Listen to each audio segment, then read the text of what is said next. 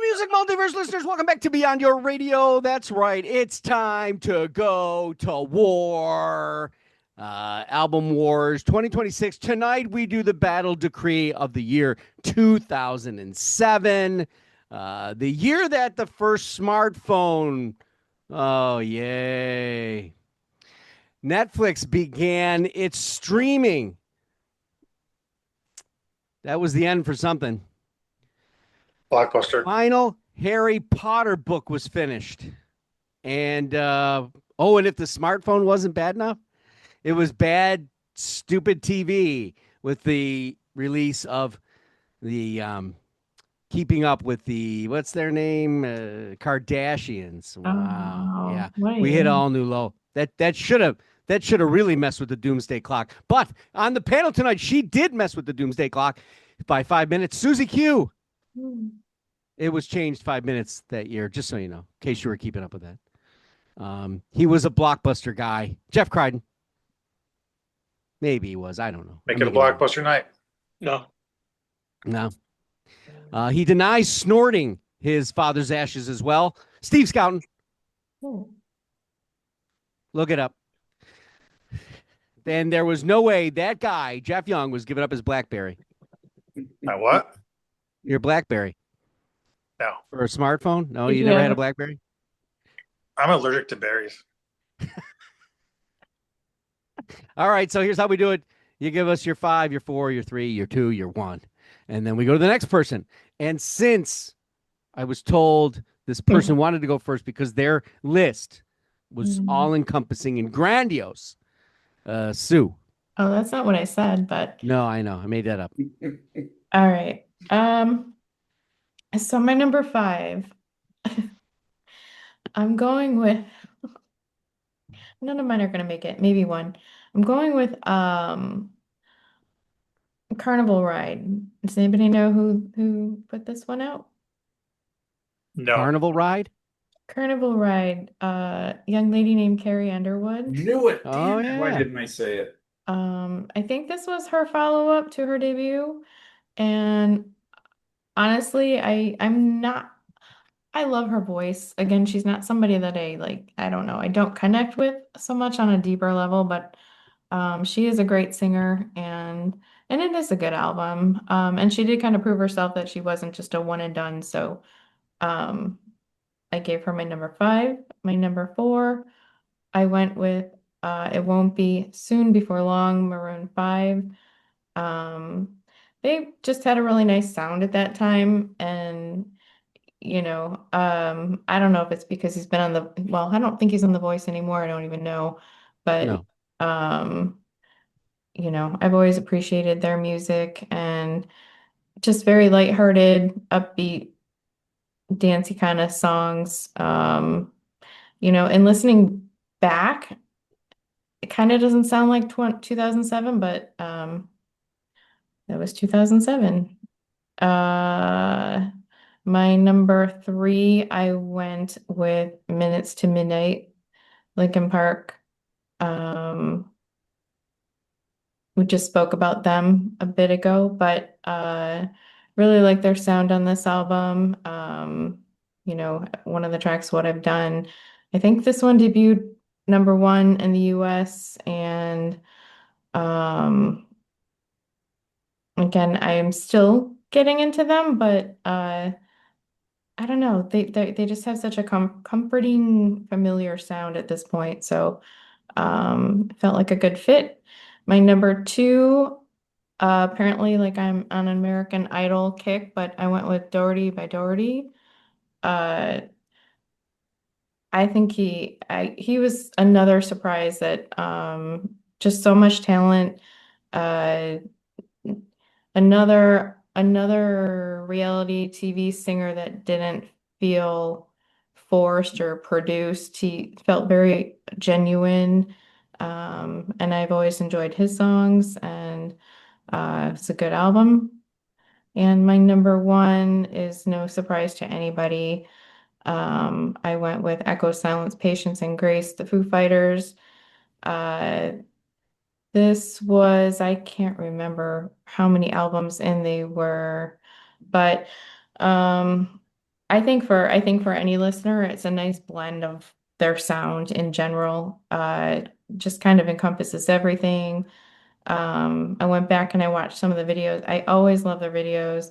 Long Road to Ruin is really good, but The Pretenders on this and a bunch of other songs that are fun and Foo Fighters and yes, number one for me.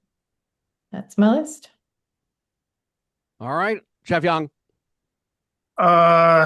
Let's see. I got number 5 is their 9th album, Systematic Chaos by Dream Theater. And it's progressive.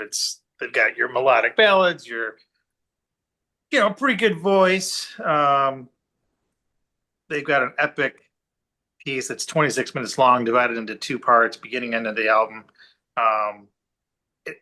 The track Repentance features spoken word by John Anderson of Yes and Steve Hogarth of Marillion. If you've never really heard this band, it's kind of like the tenor vocals are like Air Supply, but a more progressive hard rock band. And but yeah, just excellent music. And I always forget how good it is until I listen to it. Number 4, I'm gonna go with Minutes to Midnight by Linkin Park, their 3rd album. This Shinoda's rapping was significantly reduced in favor of singing on this album. And by the way, this is the first band to get over 1 billion total views on YouTube. Next, I picked the 6th and final album of the White Stripes, Icky Thump. I had notes on it, but they didn't transfer over, so I'm not going to waste time on that. And then my next one, number 2, is their 2nd album, Alter Bridge's Blackbird.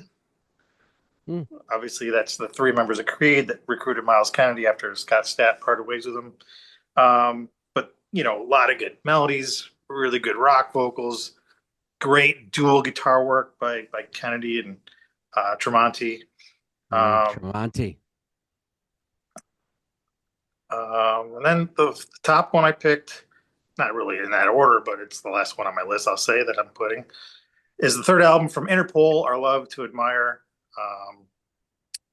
Their singles are like the Heinrich Maneuver and Mammoth, but they chose work attire to be on stage because they wanted to deliberately make a choice to treat playing music as an actual professional job. And actually, before Interpol hit it big, guitarist and founder Daniel Kessler ran the American branch of Domino Records out of his apartment. It's an independent label that's based out of London. But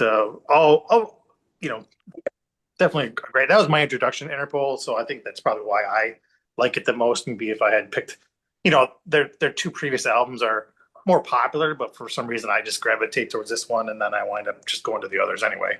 But that's my 5. Cool. Jeff Crichton. Let's get the 5. My number 5 is the last record recorded by the legendary great Levon Helm. It's called Dirt Farmer. And he was suffering from his throat cancer, but he just sang really well, and the album is very real and kind of tells his story, and it's a heck of a record. So if you haven't heard it, you're a fan of the band, listen. Number 4 is the Foo Fighters, Echo, Silence, Patience, and Grace. That might be my favorite album by the Foos. And like Sue said, it's a collection of the various styles that they do. So it's a solid record. So that's number 4. Number 3 is an album that just punches you in the face and keeps punching you in the face and keeps punching you in the face. And it's Baby 81 by Black Rebel Motorcycle Club. What a great name for a band, too. Yeah. The album blasts out with Took Out Alone for the very beginning, then goes into Weapon of Choice. Needs Some Air closes the album, and in the middle of it is the album Not What You Wanted, but you hear that album and it is what you wanted. So Baby One by Black Rubber Motorcycle Club is number 3. Number 2, Ry Cooder produced a gem when he brought Mavis Staples back. The album's called We'll Never Turn Back. Cooder plays guitar and produces the record. Jim Keltner's drumming on it, and Ladysmith Black Mambazo sings background vocals on the first 3 tracks. And if you've not heard this album, then 2 questions: why and why not? So you need to go listen to that record. And number 1 is the album by Robert Plant and Alison Krauss, which is for me, it's a mellow masterpiece. And a lot of people were surprised that Plant would sing with Alison Krauss, but when you look back on his own records and the Zeppelin albums, there was country and mellower stuff on there, folk, and so it came no surprise to me that they teamed up, and it's a gem of a record, and they were great live too. So the album is Raising Soul. Yeah, that's unforgettable. Yeah. Speaking of unforgettable, Steve Scowden. So I went into this going, why are we doing 2007? And I walked out of it going, wow, 2007 was pretty damn good. Thank you. There's a lot of solid stuff on there. My number 5 is the second album by Arcade Fire, called Neon Bible. Listening to this album, I listened to the first album first and then this one, and I realized this is the album that sent them in the direction they went on. Very orchestral, big, dramatic. It's been referred to as Baroque indie rock, and I think that makes a lot of damn sense. My Body is a Cage is a wonderful representation of the direction they went after their debut, and I think the direction that they followed. So yeah, Neon Bible is my number 5. My number 4 has already been said. I'll try to add to it. Mine's Icky Thump by the White Stripes. Very weird, very loud, very distorted, pounding drums. What you've come to love from the White Stripes. And that actually was that album versus the others. The songs were a little longer. They kind of incorporated some different instruments as well as before. It wasn't just the basic drum and guitar, Really eccentric. It's all over the place. Their last record too. Yeah. And they didn't tour it. No. But Jack was getting ready for his solo career. Yeah. My number 3 album was another.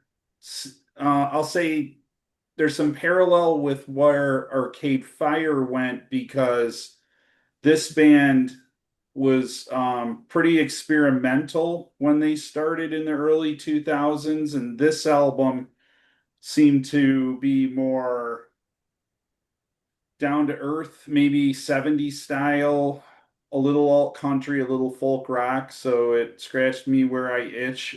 This is Sky Blue Sky by Wilco. Real good album, real down to earth. Tweety goes down an Isbell path. He talks about recovery, he talks about relationships, he talks about these types of things. So this is a really, really nice album. Impossible Germany, really, really good song on that album. So that's 3 for me, right? Yeah. Number 2 for me is one of my heroes. He goes back and leans back into his band, and it's really polished. It's very tight. It's, I think, a wonderful album. It's Magic by Bruce Springsteen. Long Walk Home, Gypsy Biker, and my favorite, Girls in Their Summer Clothes. Yeah, I think it was maybe his best work in quite some time. He kind of came back a little bit from that. There was some before that that I didn't they grew on me over time, but this one I really liked right out of the chute. And my number one, I'm in total agreement with Jeff Crichton. Raising Sand by Robert Plant and Alison Krauss is a masterpiece. Um, T-Bone does a hell of a job producing it. I think he brings out the best in Alison Krauss, who I loved her work with Union Station. And they're just wonderful together. They just have this. They play real nice off each other. Gone, Gone, Gone is on that. Please Read the Letter is a wonderful song as well. But yeah, pretty easy number one for me when I reviewed everything for that album. So there's my 5.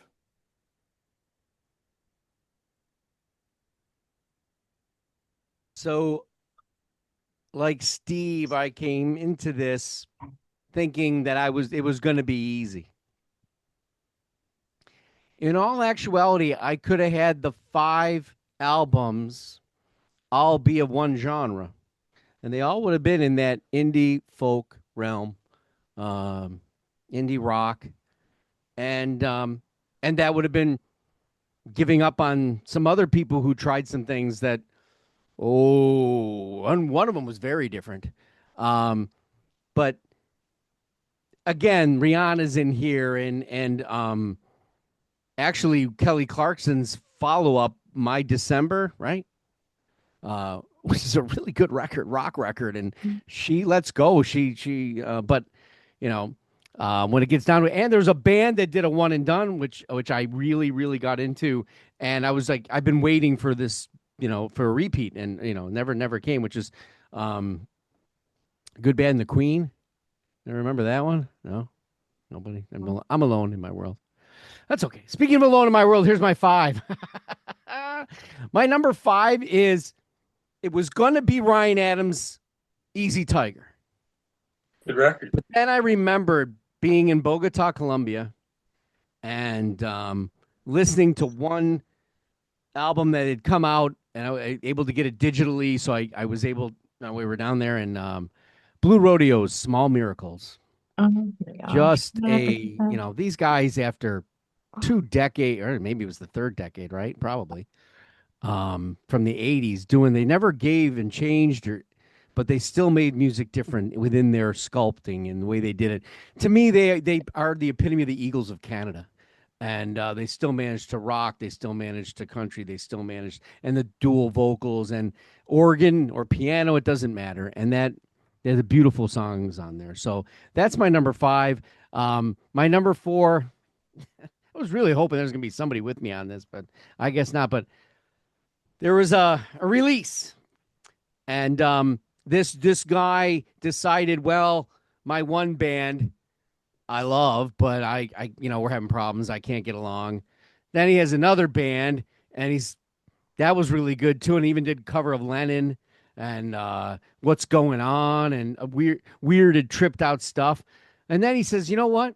I want to make like a space cartoon comic book band. This is Pucifer. V is for vagina. And as Jeff Crichton would say, if you haven't heard this album, why? Well, probably because of the stupid title. All right. That's horrible title. But the fact of the matter is, the way it starts off, this is bass thumping, just like a bladder going, and it's just amazing what they accomplish with extremely little. And not, we're talking King of Tool, and it's not bombastic like that. And his vocals, he's in the background. It's a different kind of style, and I just love it. I listen to it. It is my favorite of their albums. They've been doing this for a while, and they even have Corinne Around is in a singer with him. My number 3 was I want to say, like, I thought it was going to be in the top, and then so my number 3 is a soundtrack. Once, and that is with Glenn Hansard and Marketa Ergolova, the Academy Award-winning song, and beautifully written. The album, start to finish, doesn't need the movie technically, but the movie is probably one of the best movies about music in the simplest of form, and not about getting famous or being huge or, I'm a superstar, blah, blah, blah. It's just darn right the love of songwriting and finding a companionship with somebody who believes in it too, and being indie, so to speak, right? And it starts with busking on a street and ends with a recording, and basically it's sort of a quasi love story. And that album, your album, when you're done with it, it's once. Doesn't matter how many more you make, that was a one-time thing. So that's my number 3. Then 2 and 1 were battling it out, and I will agree with the fellas by a smidge. So my number 2 is In Rainbows by Radiohead. And technically, In Rainbows is fantastic, but simple, and there's arguments to say how these people come together and how they come in, but they always start with something simple, and then it just gets expanded upon by all these wonderful musicians who are affecting music today, and will in the long run. But they did a session called In the Basement, and if you can get a hold of that, and it was actually produced. They did it in a basement, and there were only like 19 people, I think, and they had to be behind glass. It was in the studio, and they redid the entire thing that way, just a one-take thing, and it's incredible. And that's why that one's at number 2. And my number 1 is Raising Sand. Robert Plant, Alison Krauss. When I saw it, this man's been a blues guy his whole life. You can say what you want about rock and all that stuff, but he is the embodiment of the blues in the rock format. He's probably the best at it in actuality, in two vocal styles if he wants, and you go to the third where he can be screaming like Steven Tyler. But this was just that beautiful, slow delivery where the words matter, the way it's delivered mattered. I remember her saying what it's like to record with him when she was stunned, that she thought, no, it's a rock guy. How could he? But she goes, he's got melody and tone like you wouldn't believe. And he just slides right in, and he didn't have to be the lead. One of these days he'll be on Beyond. No, he won't. Anyway, that's and they got to do a second album a few years later, which wasn't bad, which was really good too. Yeah. It didn't step too far outside the box, but I get it. I don't know if on my whatchamacallit list, my oh my God, Steve, help me. Your honorable mentions? Bingo list. My bingo card. My bingo card. Your bingo card. I wasn't gonna put Jeff Crichton at Black Rebel Motorcycle. That was great. Yeah, Jeff, I didn't see that one coming either. Yeah, and that's like in my top 25. I love that record. It's a great record. That's a great record. Yeah. I had that. I come with surprises every night. I love it. Okay. This was so this was a little bit rough because this all was onesies and where they were and picked and stuff. So my apologies to. We even had to go to number 2 selections on this one. Oh, well. Yeah, I know. I'm sort of surprised. Okay. So the left side, obviously the number 1 with the most votes was Robert Plant and Alison. Raising Sands, that'll be number 1. That will go up against Our Love to Admire, the number 1 choice of Jeff Young from Interpol. The number 2 is Minutes to Midnight by Linkin Park. That will go up against Never Turn Back by Mavis Staples. And we lost Jeff Crichton again. We got to get that guy better internet. I'm going to talk to Grateful Dude. Maybe he'll pay for it. Or did I lose everybody? No. No, you're still there. Oh, okay. Like there's no comments from the peanut gallery. Shit. The other side of the bracket, the number 1 was Icky Thump from the White Stripes. That's a great record. I'm more partial to Was it Seven Nation Army? Yeah. No, yeah. Well, that'll go up against number 4, which was In Rainbows by Radiohead. The number 2, with the great votes, would be the Foo Fighters. Echoes, Silence, and Grace. Going up against Magic by Bruce Springsteen. So we will go back to the left side. We're going to start off with our Minutes to Midnight versus Never Turn Back. And we'll hopefully get Jeff Crichton back before we have to. Sue, kick us off. Sorry, and that was again, I'm Minutes sorry. to Midnight by Linkin Park versus Mavis Staples' Never Turn Back, produced by Ry Cooder. Obviously, you haven't heard that record, I don't think. Yeah, so I'll go Minutes to Midnight. Jeff Young. I mean, can't vote for what I haven't heard, so I'll go to Minutes to Midnight. Mr. Steve. I'll take Mavis Staples. That means you're the tiebreaker, Mark. I think No. we know what Jeff would do.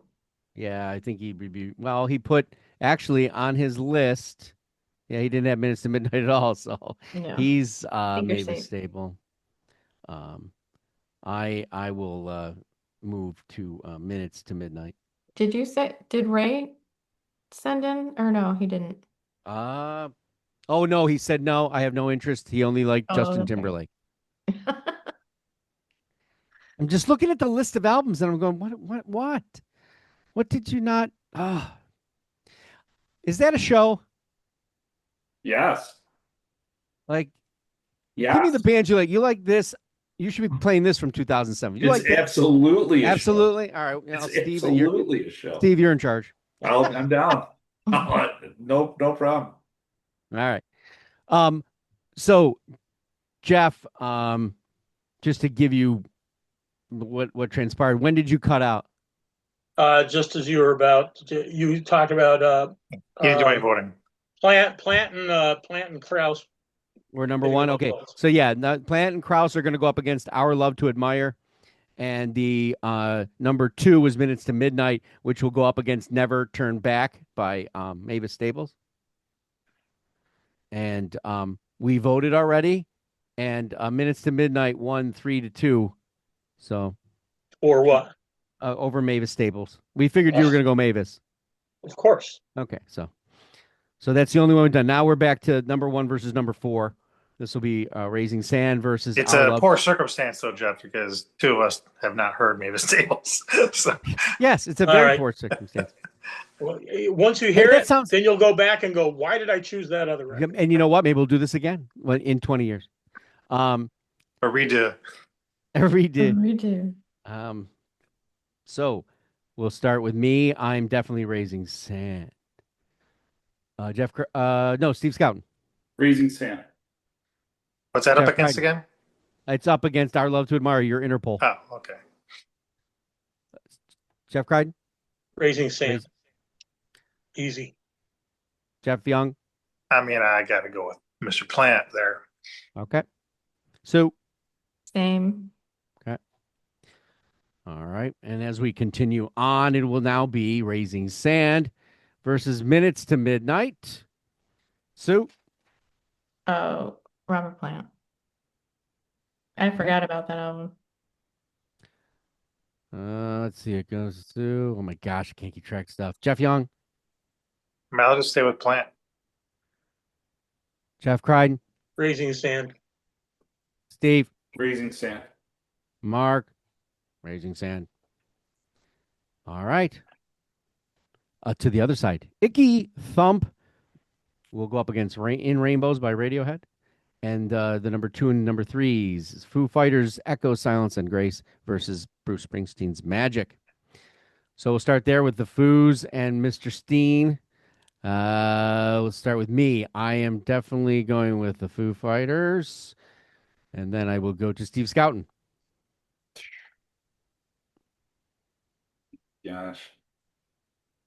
I want to say Switzerland, but that's not one of the answers because I just like them both. I'm going to go with Springsteen. Okay.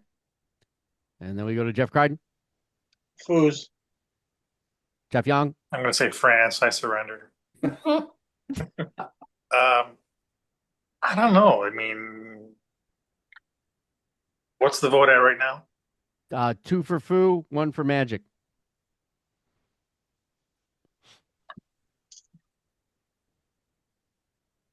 Echo, Silence, and Grace, or Magic? I'll go with Foos.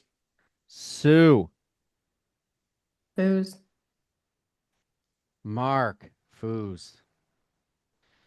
Sorry. I'm going to have to go back to that album. Again, my misery for that is I couldn't play it in my car. The CD, whatever it was.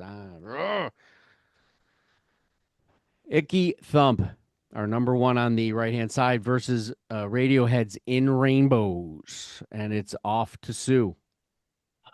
Well, I haven't heard that Icky Thump, so I mean, you've heard the title track for sure. have I? I'm sure you have. Well, I can't. Oh, yeah, that. No. No, not for me. Sorry. All right, so you're In Rainbow. Yeah, Wonder who you not heard my that favorite, but from. That's Jeff Young. White Stripes. Jeff Crichton. Oh, a Nicky Thump will always outmaneuver a rainbow. Love it. Steve Scouten. White Stripes. And I will rainbow it. Although I do like that album. Again, it's not my favorite White Stripes, but damn close. It kicks off, it just does. And I think some of it stayed the same a little bit, and then all right, so Icky Thump. Now we'll go up against the Foo Fighters. Echo, Silence, Grace. I'll begin. I'm going to go with Icky Thump for sure. Then I'm going to go to Steve Scouten. Gosh. Switzerland again. No, I will go with. I'll take the White Stripes. Jeff Crichton. Foos. Young. Stripes. Sue, it won't matter. Ha ha ha ha. well, Foos anyway. All right. So here we are at the end. It will be Raising Sand versus Icky Thump. I think that's very agreeable. So tune in. No. Cliffhanger. Cliffhanger. Who will? Cliffhanger. Whatever. Can we choose White Sands? White Sands. Oh, no. All right. We started off with Sue. Raising Sand. Icky Thump. Raising Sand. And then we For go sure. to Jeff Young. Stripes. Jeff Crichton. Probably the only one. Sand always outweighs thumping. Steve. I had a nickel for every time I heard that. Raising Sand. And I am also Raising Sand. Raising Sand is our champion tonight in the album wars of 2007. But hey, it's just the 5 of us. What album would you have placed there? What would your list look like? You want to join us in a war? You want to send out a war decree? The sky's the limit.